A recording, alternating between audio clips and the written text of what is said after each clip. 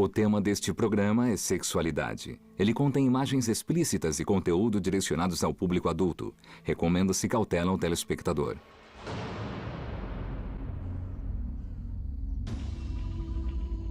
24 de agosto de 79 d.C. No centro da Itália, o Monte Vesúvio entra em erupção. Em um dia, a cidade de Pompeia é engolida pela lava quente. Por 1500 anos, a cidade fica esquecida até que uma descoberta acidental leva aos poucos a escavações que revelam imagens assustadoras da extinção dolorosa e repentina de Pompeia. Surge o retrato mais vívido da vida na antiga Roma. Uma parte importante desse retrato estava escondida do público até agora. Desde suas taças até os postes nas ruas, Pompeia nadava em sexo.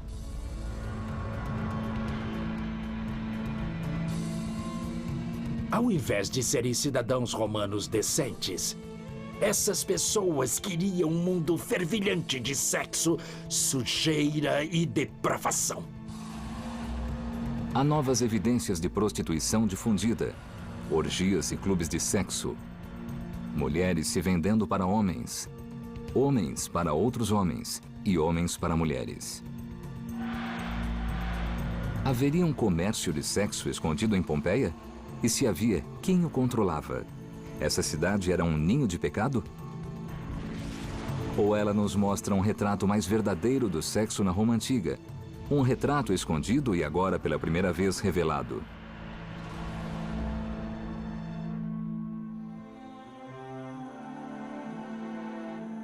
O sexo no mundo antigo. Prostituição 3, Pompeia.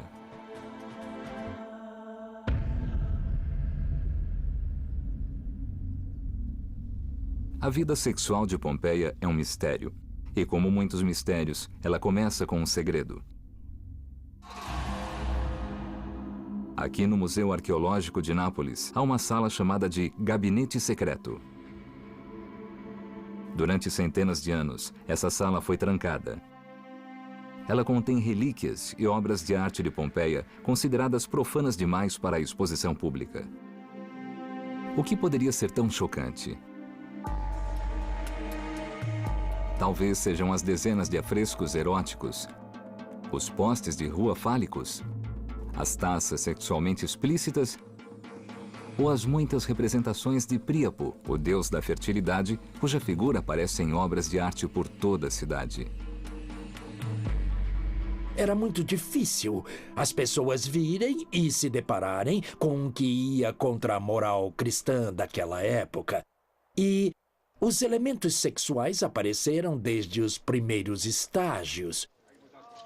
Há uma história sobre um piquenique maravilhoso da corte de Carlos III. Eles escavam e descobrem uma estátua e há grande alvoroço entre o círculo da corte. A estátua é do famoso Pan fazendo amor com uma cabra. Há horror entre todos. E o rei diz muito bem, acabaram as escavações. Até mesmo hoje, os artefatos sexuais de Pompeia provocam embaraço e controvérsia. Esses objetos são apenas a ponta do iceberg. Eles revelam o lado mais chocante de Pompeia. Quanto mais os historiadores cavavam, mais detalhes perturbadores surgiam de uma rotina de sexo nessa cidade antiga.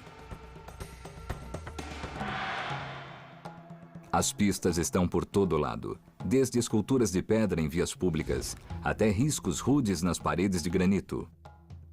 Eles parecem revelar uma população que comercializava decadência, perversão, prostituição e escravidão sexual.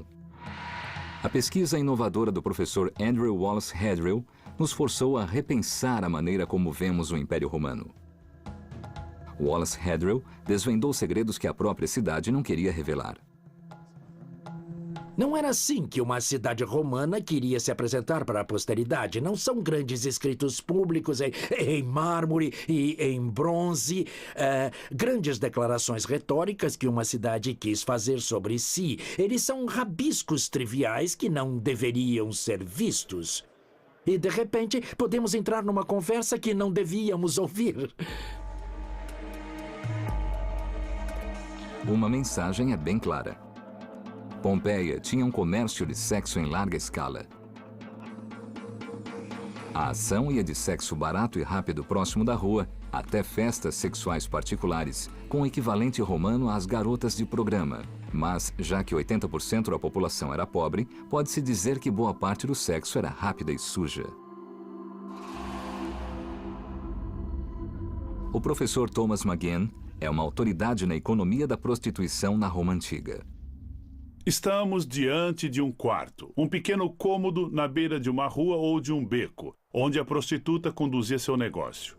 A prostituta ou seu cafetão ficavam do lado de fora, na rua, chamando os clientes.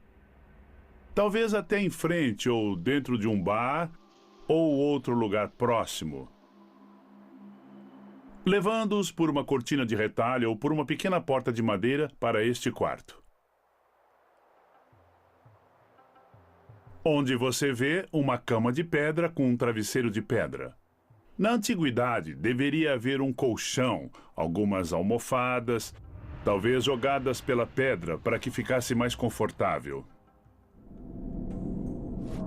13 desses quartos para a rua foram identificados, todos próximos das 153 tabernas locais de Pompeia.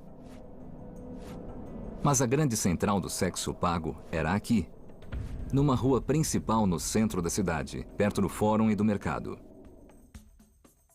Esse é o Lupanare Grande, o bordel mais antigo conhecido do mundo. Ele é fonte de informações preciosas, não só sobre Pompeia, mas também sobre a sexualidade humana no mundo clássico.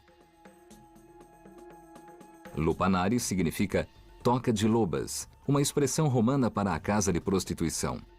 Quando foi descoberto em 1862, autoridades católicas imediatamente o lacraram. Elas chegaram a pôr gesso por cima de afrescos explícitos. Até recentemente, esse tesouro histórico continuava fechado ao público. Ele foi finalmente aberto em 2006, depois que uma grande restauração refez seus afrescos e restaurou seus caibros e vigas de madeira queimados pela lava há quase 2000 anos. Não há nada parecido no mundo. O Lupanare dá uma visão do passado que antes só era imaginada. É o único local no mundo onde você pode ver, cheirar e tocar o lugar em que prostitutas da antiguidade faziam seu trabalho. Mas como podemos ter certeza de que essa construção era usada apenas para o sexo? Provavelmente há 3 maneiras tradicionais de se identificar a atividade sexual. A primeira são as imagens pornográficas.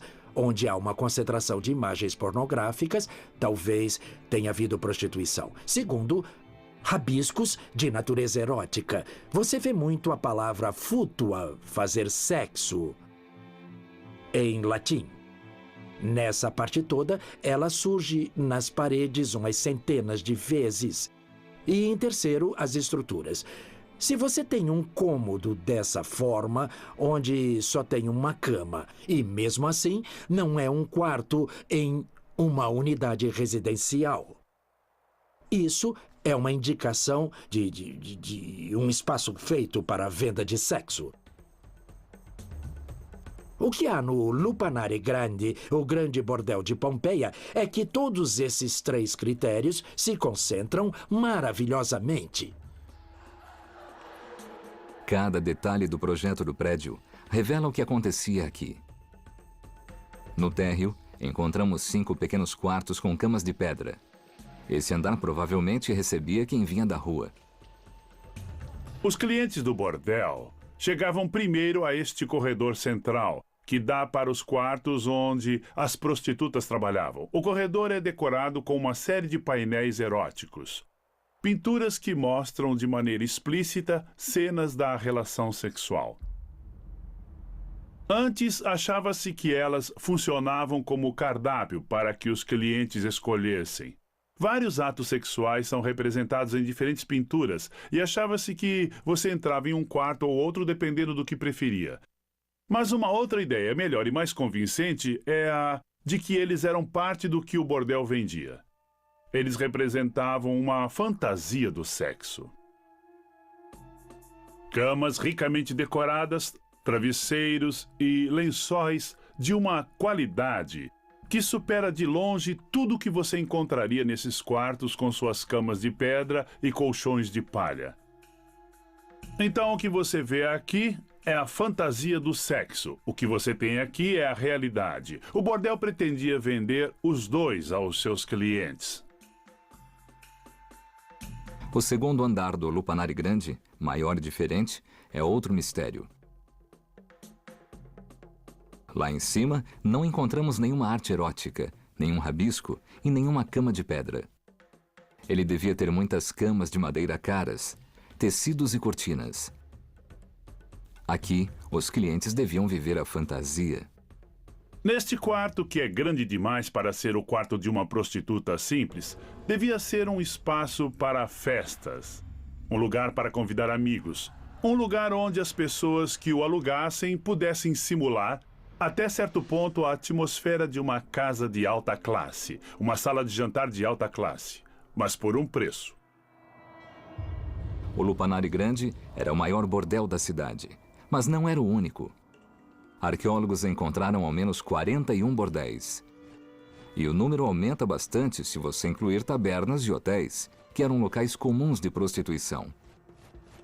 O sexo por dinheiro estava em toda parte. Mas por que havia tanto e por que ele era tão público? Por que o Império permitia isso? E quem lucrava com isso?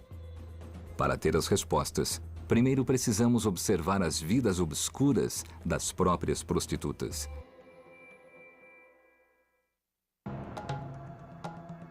Durante séculos, as evidências de prostituição disseminada na cidade arruinada de Pompeia foram escondidas. Hoje, os historiadores estão juntando as peças de como, onde e por que isso aconteceu. No centro do mistério está o Lupanare Grande, o maior bordel da cidade. 79 d.C., o Lupanare inicia as atividades, como todos os dias, 9 horas depois do nascer do sol, e por isso as prostitutas daqui são chamadas de nonariae, as garotas das 9 horas. Como prostitutas em todos os tempos, elas se apresentam com nomes falsos. Conhecemos algumas delas por entalhes nas paredes de pedra do Lupanare. Elas se chamam Caladron, Cassa, Fábia, Fortunata, Nica, Januária e Mirtes, que é especialista em sexo oral. Há também prostitutos homens, conhecidos como Luperti. No Lupanare, um deles se chamava Maratinos. Rabiscos aqui dizem que suas especialidades incluem atendimento a virgens. Alguns dos Luperti são gladiadores que também trabalham com prostituição. Gladiadores estão abaixo na escala social, mas são os astros do esporte do seu tempo. E há várias histórias de mulheres da elite romana que os tomam por amantes pagos. Há também histórias de mulheres da aristocracia que atendiam clientes por diversão, um passatempo perigoso que podia resultar em escândalo, banimento e até em morte, caso fossem casadas. Mas a maioria das prostitutas em bordéis são escravas roubadas de terras conquistadas da Europa, do norte da África e da Ásia. Elas são forçadas a fazer tudo o que seus donos ordenam. Acho que podemos dizer que as prostitutas com certeza eram escravas. Naturalmente, suas vidas eram bastante miseráveis, como deve ser a vida de qualquer prostituta. Só podemos usar a imaginação e só podemos dizer que as histórias de miséria que caracterizam as imigrantes do leste europeu, que são escravas brancas no oeste europeu, hoje em dia, não são muito diferentes das histórias da antiguidade. Escravas são trazidas de cantos longínquos do Império. As que são forçadas à prostituição ganham por seu exotismo. Muitas pintam seus cabelos de louro ou ruivo e usam sedas para exaltar seus atributos. Com o crescimento do culto a Jesus Cristo, mulheres cristãs também são entregues a bordéis, como forma degradante de punição. Mas algumas prostitutas são mulheres livres que trabalham por desespero. Elas são motivadas pelos mesmos fatores que atraem homens e mulheres para a prostituição hoje. Essa é uma das poucas carreiras disponíveis às classes mais baixas que pagam muito. Até mesmo uma prostituta barata ganha 3 vezes o salário de um trabalhador sem especialização. Na época, como agora, o preço também dependia da idade, habilidades e beleza. As mais baratas cobram 2 moedas de cobre, o preço de um pão. Essas mulheres precisam de muitos clientes para lucrar. Uma prostituta cara atende 1 ou 2 clientes por dia e cobra grandes somas, até 10 vezes mais. O homem prostituto, no máximo, ganha uma fração do preço de uma mulher. Apesar de suas histórias individuais, coletivamente esses homens e mulheres abastecem uma máquina econômica poderosa. Sexo no bordel aqui e em qualquer outro lugar em Pompeia era barato. Mas era um negócio próspero que dava muito lucro, se não para as prostitutas, ao menos dava aos seus exploradores. E quem são esses exploradores? O mais conhecido é Delano, o cafetão que comanda o bordel com mão de ferro. Delano recruta a equipe, estipula preços, exige disciplina, lida com pagamentos e, quando necessário, suborna a polícia. Mas geralmente Delano não é dono do bordel. Geralmente ele é um homem livre, trabalhando para outros que se escondem. Os verdadeiros donos são membros das classes superiores, incluindo nobres bem-nascidos. Eles são motivados puramente pelo lucro. A maioria dos proprietários de terras tem seu dinheiro na agricultura, que no máximo dá 6% de lucro a cada ano. A prostituição é um negócio em dinheiro vivo com margem de lucro maior. Principalmente se você tem escravas fazendo o trabalho. Mas apesar de lucrativo, não é considerado totalmente respeitável. Então, os donos mantêm alguma distância de seu negócio, mesmo que essa distância, às vezes, seja de apenas alguns metros. Uma olhada de perto nas ruínas revela o tipo de gente que ficava secretamente por trás desse mercado de sexo. As pistas começam com desenhos nas ruínas. Bem nesse lugar encontramos um pênis esculpido na pedra de pavimentação da rua. Esse pênis é um deleite para todos os turistas que passam por aqui. A história que contam é que ele aponta para um bordel e que o bordel é daqui a 2 ruas à esquerda. É uma história louca. Como isso pode significar que deve passar por 2 ruas para chegar ao bordel? Ele deve se referir a essa casa mesmo. Uma possibilidade é de que ele seja apenas uma placa de boa sorte. Pênis era um sinal de boa sorte. Mas outra possibilidade é de que indique prostituição dentro dessa casa. Para descobrir, vamos entrar. Essa casa tem um lado respeitável e um lado menos respeitável. Aqui estamos no átrio, entramos pela rua principal. Essa é a rua grande, a Via della Abbondanza. Temos o implúvio, um espaço grande, típico de uma casa romana, rodeado de quartos aqui. E aqui as salas grandes de recepção. E tudo isso faz parte de uma casa respeitável comum romana. Mas bem lá no fundo, há o outro lado da atividade deles. Se formos por essa passagem estreita, chegamos à ala de serviçais da casa, digamos. Isso provavelmente é a cozinha. E passando por esta porta bem estreita aqui encontramos os quartos das prostitutas e descobrimos um pouco sobre como o dono da casa ganhava seu dinheiro. 1, 2, e do outro lado da parede há o terceiro. Aqui você tem uma pequena entrada vinda da rua, algumas escadas subindo, então ele provavelmente alugava quartos. Ele podia ter outras garotas trabalhando lá em cima também. Poderia ter meia dúzia com facilidade. Então, às escondidas, esse cara, na verdade, comandava um bordel. A atitude da elite em relação ao sexo público e privado era, no mínimo, complicada. e começa a explicar por que ele acontecia tanto e tão publicamente. Aqui, o sexo, pago ou não, não era uma questão só de prazer, era questão de poder. E com o sexo e o poder, podia vir a devassidão.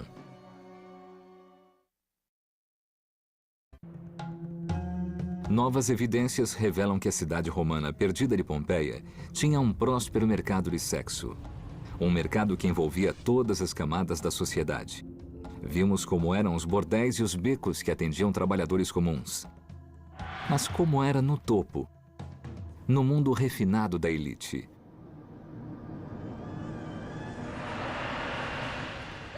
Em 79 d.C., essa era a Floralia, um festival de prostitutas iniciado por volta de 238 a.C. O festival é dedicado a Flora, uma trabalhadora muito bem-sucedida que deixou sua propriedade ao povo romano e criou um fundo anual para comemorar seu aniversário com uma grande festa na rua. O autor cristão Lactâncio escreve desaprovando. As prostitutas, para importunar a multidão, tiram suas roupas e agem como atrizes diante da plateia. Isso se estende até que os espectadores, sem vergonha, estejam saciados. Para homens da alta classe e moralistas, esse tipo de exibição é considerado vulgar. Para eles, o sexo não deve ser gratuito para todos. Ele deve ser uma afirmação cuidadosa de honra, força e poder. O conceito de honra unia as virtudes tanto de homens quanto de mulheres, na antiguidade, no mundo romano. Para homens, a masculinidade abrangia a habilidade de expressar poder sobre a emoção de outro e também de usar esse poder para controlar os outros. Na literatura romana, geralmente nós vemos a atividade sexual meramente como uma expressão de poder, onde a pessoa que penetra é a que está no controle, exercendo uma identidade poderosa. E a pessoa que está sendo penetrada é a que perdeu o controle e, portanto, tem um status rebaixado. Esposas são imunes a essa degradação, já que seu papel não é primordialmente sexual, mas social. Os casamentos acontecem para preservar status, aumentar riquezas ou forjar alianças políticas. Uma esposa romana é mãe, anfitriã e gerente da casa. Muitas delas raramente fazem sexo com seus maridos, mas se tivessem amantes, tinham que ser discretas, porque se pegas, elas pagavam um preço alto. O adultério era muito associado à mulher, mais do que ao homem. E já que o chefe da casa, o pai de família, tinha poder sobre a vida e a morte de todos os membros da casa, ele podia se aproveitar desse poder para punir a sua esposa e, se ela fosse infiel, sem piedade nenhuma. De acordo com a literatura da época, isso não as impedia. Mulheres de classes mais altas tinham amantes de todos os níveis da sociedade. Elas participavam de orgias, trabalhavam em bordéis e também contratavam prostitutos. Homem ou mulher, se você é membro da classe dominante, o comércio do sexo em Pompeia oferece muitas opções. Muitos maridos nem precisavam procurar além de suas casas. Há todo um submundo de garotas escravas fornecendo sexo. Fornecem sexo até dentro da casa da família. E ex-escravas ofereciam um mundo de serviços sexuais. Isso era verdade para os níveis mais altos da sociedade. Mas o que acontecia no topo? As evidências em Pompeia mostram que alguns dos cidadãos mais ricos da cidade tinham desejos que iam muito além de explorar sexualmente suas escravas. No linguajar contemporâneo, são chamadas de swingers. Encontrei 7 exemplos de arte erótica explícita no contexto de casas particulares que sugerem não a presença de um bordel, mas de um clube de sexo. O dono da casa convidava seus amigos para a festa, com ele e mulheres, provavelmente prostitutas, que eram trazidas para a ocasião. Geralmente o status dos donos dessas casas era bem alto. Estamos falando da elite de Pompeia. Pode não ser o que todo mundo fazia, mas não era nada ilegal ou sujeito a censura moral grave. Mas como sabemos a diferença entre um bordel e um clube de sexo particular da elite? Historiadores procuram pistas, começando com a acessibilidade. Quanto mais difícil fosse para encontrar o quarto, mais provavelmente ele seria usado para diversões particulares. Essa é a Casa dos Centinori, é uma construção distinta da época. Um átrio duplo, um magnífico jardim em estilo parisiense, decoração rica para todo lado. E você pode ter certeza de que isso pertencia a alguém do nível mais alto da cidade, um dos magistrados. E agora, eu deixei os grandes espaços abertos, o magnífico jardim, e vindo para o fim desse corredor, chegamos a uma área completamente reservada da casa. Primeiro nessa área e depois em um pequeno cômodo. E ele é como uma antecâmara. Perceba que a decoração é muito bonita aqui. Está no nível do resto da casa. E, finalmente, a sala mais curiosa, que está cheia de cenas pornográficas. É muito interessante porque o tipo de cena é exatamente o mesmo que você encontra em bordéis. Só que a qualidade da execução é bem melhor. É difícil imaginar o dono dessa casa permitindo que esse quarto fosse usado como bordel. Até mesmo pensando nisso em termos econômicos. Quanto ele teria gastado com a decoração desse cômodo assim? Quantas prostitutas você teria que ter para ter retorno do investimento?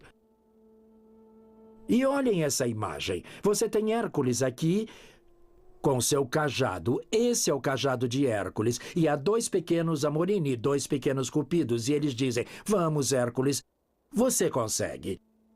Ele largou o cajado de seus trabalhos, está descansando e está na hora de sexo. Da mesma maneira que o dono da casa pode largar sua imagem pública, seus deveres e se divertir. Essa é a sala de diversões dele. Mas não só para ele, porque, curiosamente, temos uma pequena janela aqui. O que significa que as pessoas podiam olhar e se deleitar com o espetáculo que estivesse acontecendo no quarto particular do dono da casa. Mas esse quarto não era só para uso do dono. A literatura da época nos conta que, às vezes, as esposas compareciam e os casais faziam orgias particulares para impressionar seus convidados. O historiador Maximus reclama de uma festa animada em 52 a.C., dada por um proprietário chamado Gemellus. Para cair nas graças dos magistrados locais, Gemellus trouxe 2 nobres e um garoto bem-nascido para a diversão. Maximus escreve: corpos eram vergonhosamente submetidos e destinados a se tornarem diversão do desejo embriagado. Mas a verdadeira reclamação de Maximus não era exatamente pelo sexo. Era a maneira como Gemellus o usava tão abertamente para seu status social e político. E esse podia ser o objetivo do sexo em Pompeia. Escondido na maioria dos poderes romanos, ele era um instrumento de riqueza, uma marca de poder e uma ferramenta para o progresso pessoal. Em todos os níveis da sociedade romana, o sexo era uma moeda de troca. E se alguém seguisse o dinheiro, ele levaria a direções surpreendentes, direto ao imperador.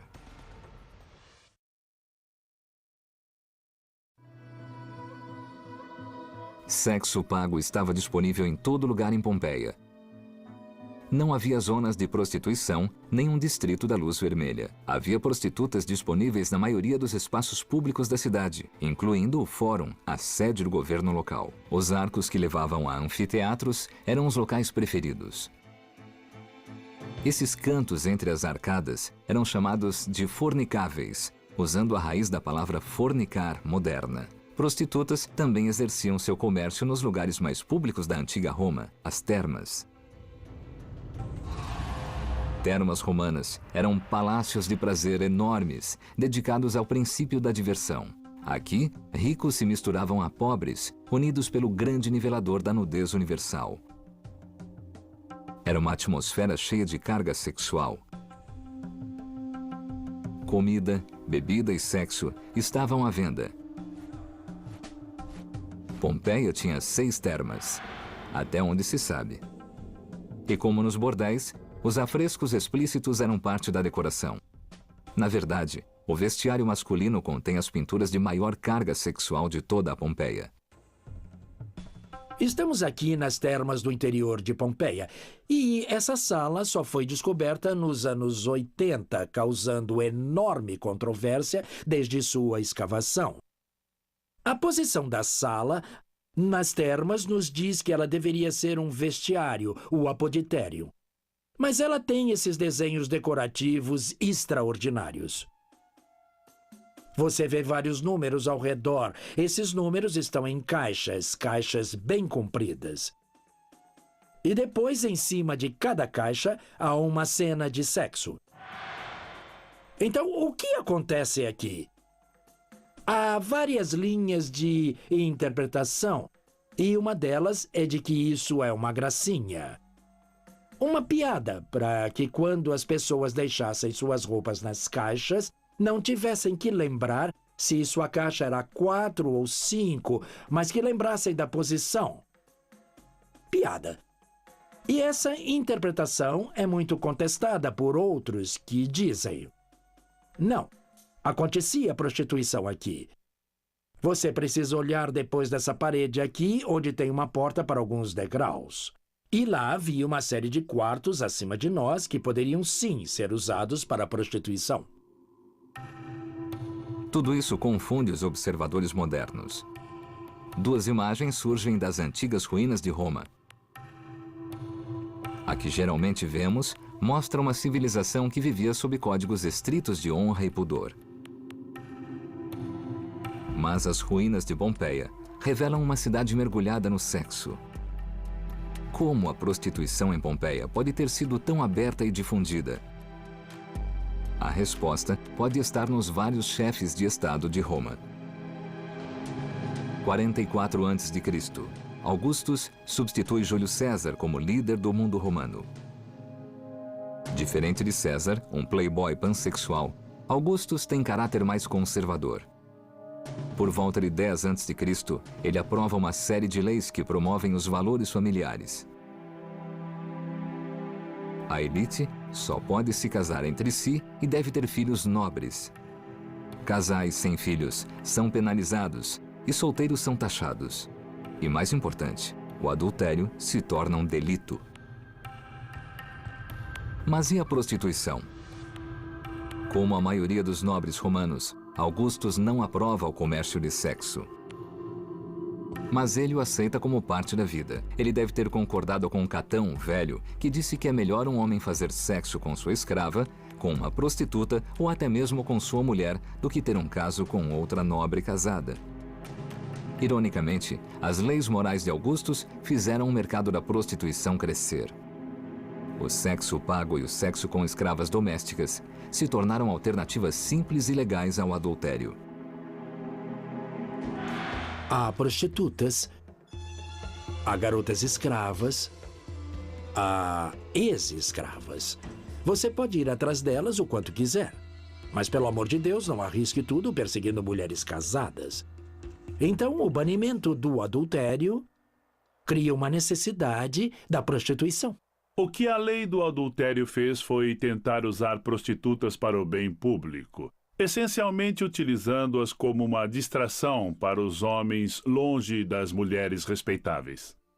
Mulheres respeitáveis seriam protegidas graças aos serviços de prostitutas, porque o adultério agora era ilegal. Ficou importante saber exatamente quem eram as prostitutas. Então, um sistema de registro geral foi criado. Pela lei, prostitutas agora tinham que se registrar com um burocrata chamado de ideale. Ele anota nome, idade, local de nascimento e pseudônimo. Depois oferece uma licença a elas. Depois de registradas, elas nunca mais poderiam se descadastrar. E junto com o registro, um código de vestimenta rígido foi adotado. Primeiro, uma prostituta não poderia se vestir como uma mulher decente. Ela tinha que vestir uma toga masculina e não poderia usar a cor real, o roxo, nem tecidos floridos. Ela não poderia prender o cabelo todo como as esposas romanas. O registro reforçou a distância social entre prostitutas e o resto da sociedade. Vários tipos de atividades o difamavam para sempre e não permitiam que você participasse da vida pública. Se você aparecesse no palco, se aparecesse como gladiador e se tivesse qualquer coisa a ver com a prostituição. Inicialmente, o Império se envolveu com o comércio de sexo por razões morais, mas continuou envolvido por motivos financeiros.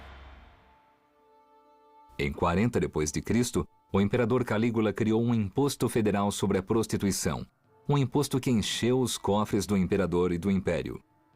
Por causa do imposto, agora era um interesse do Estado que a prostituição prosperasse. Mas a questão fica: isso levou à hipersexualização de Pompeia? O sistema saiu dos trilhos, criando uma cidade escandalosa, notória por seus pecados e excessos? Pompeia é a capital sexual do Império? Ou havia outra cidade ainda mais extrema?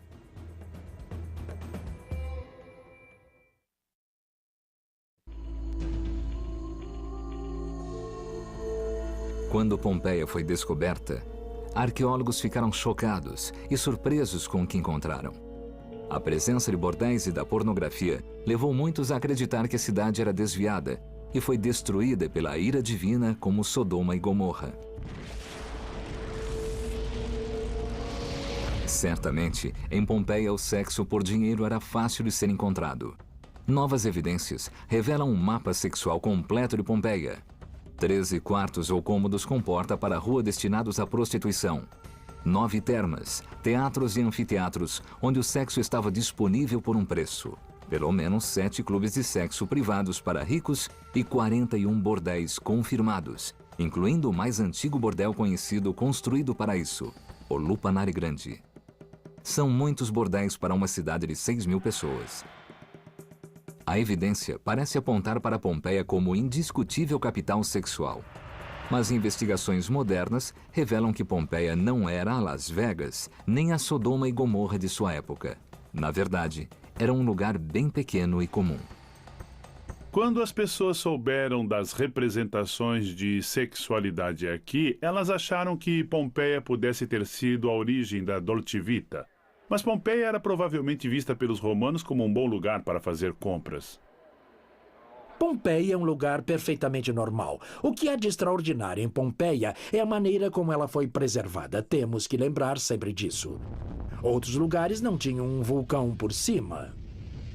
E esse tipo de preservação nos dá uma visão totalmente diferente da cidade.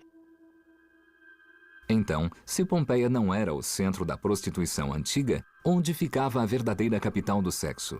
O que você vê em Pompeia, comparado com Roma, é realmente muito pouco. Roma é o centro de tudo no Império. É o centro da riqueza, o centro do poder. Portanto, é o centro do sexo. À primeira vista, a cidade de Roma parecia ter menos prostituição que Pompeia. Evidências físicas que restaram mostram menos bordéis e menos prostitutas registradas. Mas, de acordo com historiadores, a prostituição era praticada na mesma medida. A falta de evidência física em Roma revela qual seria o capítulo final da história de Pompeia. Pompeia assume a liderança e Roma segue as mudanças de seus líderes. 37 d.C., apenas 42 anos antes da erupção do Vesúvio, Calígula se torna imperador. Ele estabelece um padrão de depravação que poucos alcançariam nos aproximadamente 2.000 anos depois de seu império. Ele é fascinado pela corrupção e pela transgressão sexual.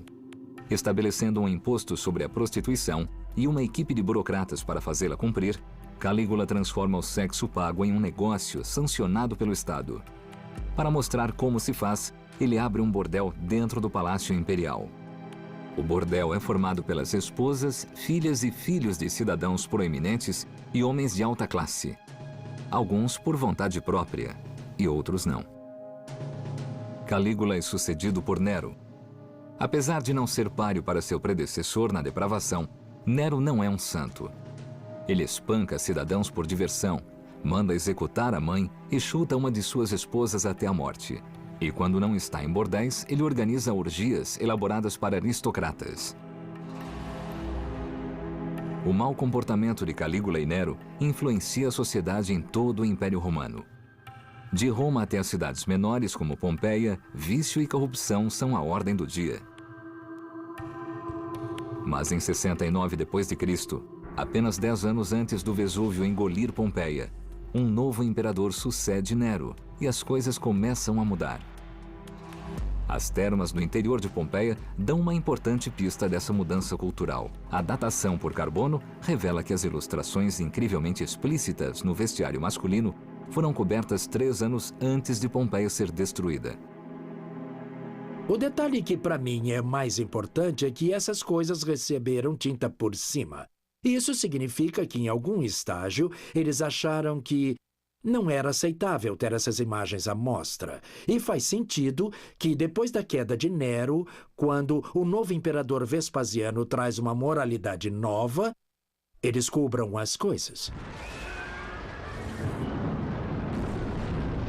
A mudança conservadora que acontecia em Roma começava a afetar Pompeia quando o Vesúvio congelou a cidade. É um momento crucial. Logo depois, o período mais decadente da história romana se inicia. A atmosfera de Pompeia de serviços e mercados sexuais era normal para aquela época. Se a cidade sobrevivesse mais 20 anos, encontraríamos menos exemplos eróticos antigos. Mas o mercado da prostituição ainda estaria intacto. Ele estava profundamente arraigado não só em Pompeia, mas em toda a sociedade romana, e a história mostra que continuaria assim por séculos. Pompeia nos dá a imagem inigualável de um período crucial em que o sexo pago tinha vários papéis no mundo pragmático romano. Era um negócio pouco honroso, mas bastante lucrativo para os ricos. Uma grande fonte de arrecadação de impostos para o Estado. Uma maneira dos homens terem sexo extra sem terem casos ilegais. E uma maneira bastante pública de reforçar o sistema de classes, permitindo a prostituição como uma humilhação pública dos homens e mulheres forçados a praticá-la. O comércio de sexo em Pompeia reflete todas as contradições da sociedade romana, seu racionalismo, sua brutalidade, sua paixão. E revela o enorme impacto que líderes bons e ruins podem ter em poderosos impérios.